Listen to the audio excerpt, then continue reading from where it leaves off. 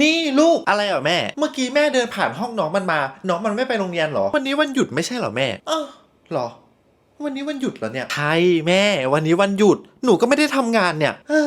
ดีถ้าวันนี้เป็นวันหยุดเดี๋ยวแม่ชวนพ่อแกไปเที่ยวดีกว่าดีไหมได้แม่เราไม่ได้เที่ยวกันนานแล้วอะถ้าเกิดเราไปเที่ยวกันนะน้องมันคงดีใจมากแน่ๆเลยอะแกไปบอกน้องแกไว้ได้เลยนะแม่จะพาไปเที่ยวเตรียมตัวกันไว้ได้เลยได้เลยแม่นี่ไทยวันหยุดวันนี้แม่จะพาเราไปเที่ยวนะเตรียมตัวไว้ได้เลยจริงเหรอพี่จริงสิเนี่ยจะ6 โมงละรีบเตรียมตัวรีบอาบน้ำไว้เลยแล้วแม่จะไปตอนไหนอะพี่สักเที่ยงก็ออกแล้วแหละได้เลยพี่เตรียมตัวไว้นะเน่จะไปไหนอะจะไปเที่ยวอีกแล้วใช่ไหมก็แม่บอกว่าวันนี้เราจะไปเที่ยวกันนะเปล่าไม่ได้บอกนะมั่วหรือเปล่าเนี่ยก็วันนี้พี่ไปบอกหนูจริงๆว่าตอนเที่ยงเราจะไปเที่ยวกันนะว่าฉันไม่ได้บอกอย่ามาอย่างวะ